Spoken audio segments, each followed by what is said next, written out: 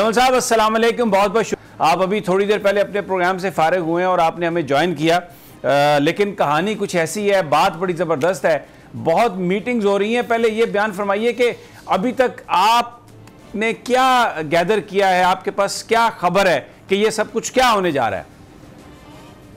मेरे ख्याल में अपोजिशन के पास एक स्क्रिप्ट मौजूद है और वो स्क्रिप्ट के मुताबिक काम कर रही हैं और उस स्क्रिप्ट में नो कॉन्फिडेंस मौजूद है और उस नो कॉन्फिडेंस के स्क्रिप्ट ने ही सबको इकट्ठा किया है। आप देखें ना, एकदम वो पीडीएम जिसमें पीपल्स पार्टी को शोकाज दिया गया हुआ था, वो शोकाज एक तरफ रह गया और आसिफ जरदारी साहब और बिलावल शहबाज शरीफ के घर पहुंच गए, फिर वो उनके घर पहुंच गए, फिर 14 साल बाद चौधरियों से मुलाकात हो गई, फिर आज चौधरी वापस आसिफ जरदारी के पास पहुंच रहे हैं, फजलुर रहमान साहब उनके घर पहुंच गए हैं। तो इतनी सारी एक्टिविटी बगैर स्क्रिप्ट के तो नहीं हो सकती है और मैं समझता हूँ पीछे तगड़ा स्क्रिप्ट है और उस स्क्रिप्ट के तहत ही आज शहबाज शरीफ को वजीर आजम नामजद किया है आसिफ जरदारी साहब ने और बिलावल ने और फजलुर रहमान ने, और मेरा ख्याल है ये अदम एतमाद आएगी।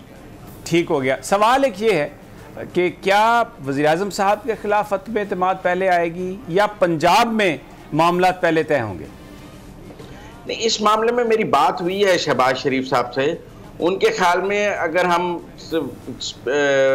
उस्मान बुज़दार के खिलाफ करें या स्पीकर असद कैसर के खिलाफ भी करें तो एनर्जी तो उतनी लगनी है जितनी वज़ीर आज़म के खिलाफ करने में लगनी है।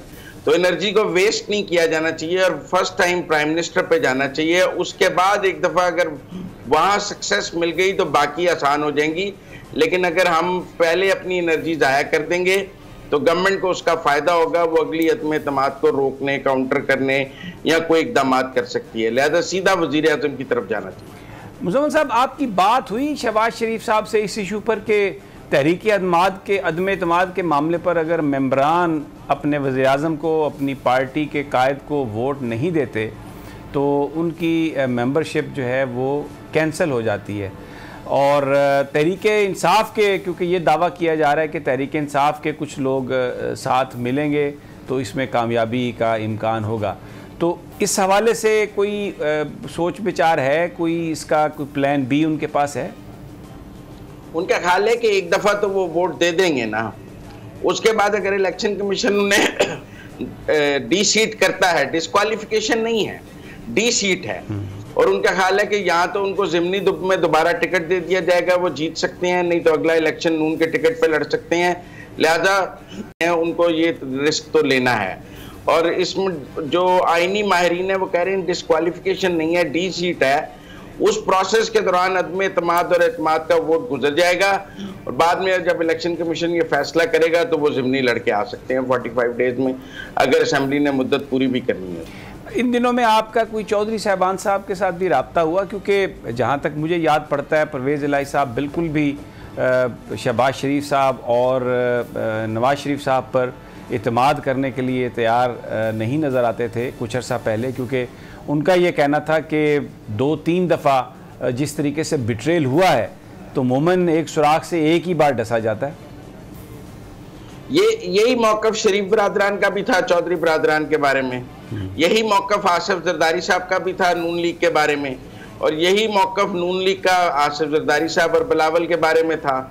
तो मैं तो यही कह रहा हूँ कि किसी स्क्रिप्ट ने इनको इकट्ठा किया है, ये बादले ना खास्ता ना चाहते हुए भी उस स्क्रिप्ट पर इकट्ठे हैं और इकट्ठा होना इनकी मजबूरी बन गया। आपने कहा कि बड़ा तगड़ा स्क्रिप्ट, बड़ा स्ट्रॉन्ग स्क्रिप्ट, तो बहुत सारे लोग कहते हैं, मैं अभी थोड़ी देर पहले हसन निसार साहब को सुन रहा था तो उन्होंने भी यही बात कही कि ये सब रिमोट पर चलने वाले हैं, हम सबको पता है कौन किसके साथ जाएगा, कौन किसके कहने पर आगे जाएगा।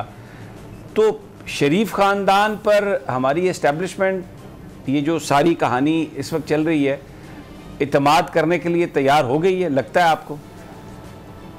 देखिए, मैं नवाज शरीफ साहब से भी मिला था पिछले माह लंदन में और मैंने ये बात उनसे पूछी थी। उनका मौक़िफ़ था कि जो 2018 से पहले हो गया वो अपनी जगह है, लेकिन जब आर्मी एक्ट पे वोट दिया गया है उसके बाद जो चीज़ें तय हुई हैं वो लेटर एंड स्पिरिट में उन पर अमल हुआ है और वो कोई इतने ज़्यादा मुझे एस्टेब्लिशमेंट से एनॉयड नहीं लगे, बल्कि अब तो उनकी तकरीरों में नाम लेना भी उन्होंने बंद कर दिया है वो तकरीरें भी बंद हो गई हैं। मरीम नवाज साहब का ट्विटर भी अब उस तरह एक्टिव नहीं रहा। मुझे तो लंदन में मुलाकात में ही उनमें बहुत चेंज नज़र आ रहा था। मैंने आके लिखा भी कि वो अदम एतमाद के लिए तैयार हैं और उनके नज़दीक अदम एतमाद के लिए वो जो नून लीग पहले राज़ी नहीं थी, नवाज शरीफ राज़ी हो चुके हैं। और आप देखें 1 माह बाद वो मंजरनामा नज़र आ रहा है जो गुफ्तगू मेरी नवाज शरीफ से 1 माह पहले हुई।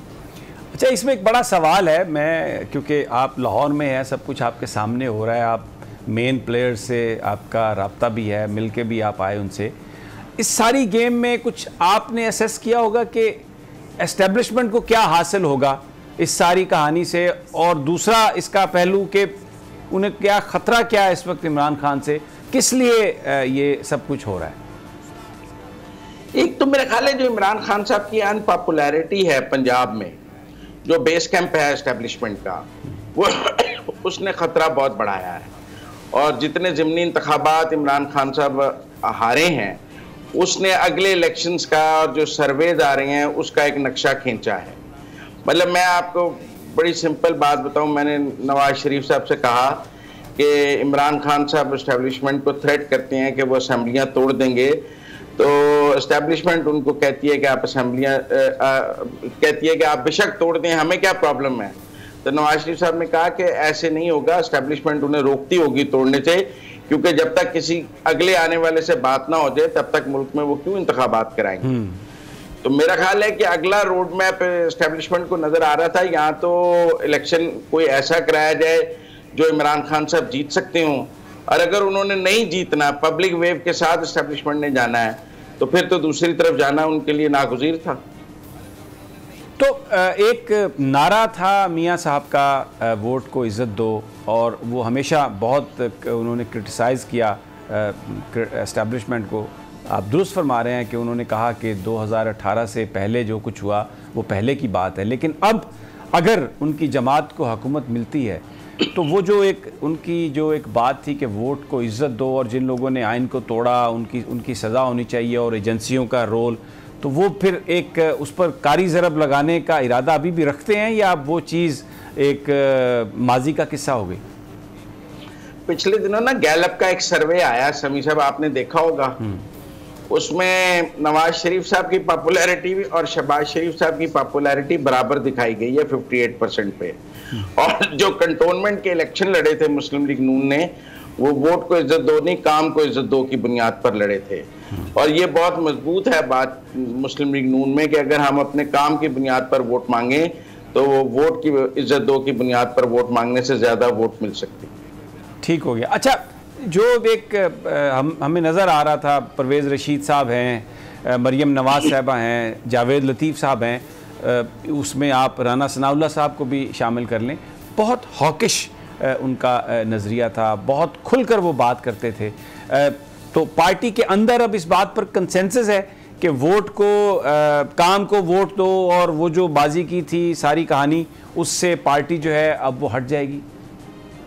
आप शायद खकान अब्बासी का नाम भूल गए। हाँ, नहीं बिल्कुल उनका भी दुरुस्त फरमा रहे हैं आप। और आपने राना सनाउल्लाह साहब का नाम गलत लिया, वो विकेट के दोनों तरफ खेलते हैं और बहुत अच्छा खेलते हैं।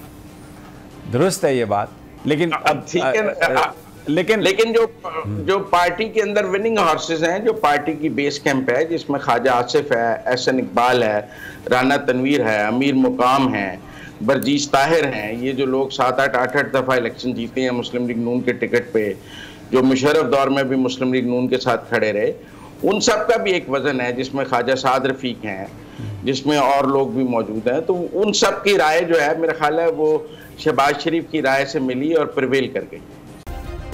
सब्सक्राइब करें और बेल दबाएं ताकि कोई खबर रह न जाए।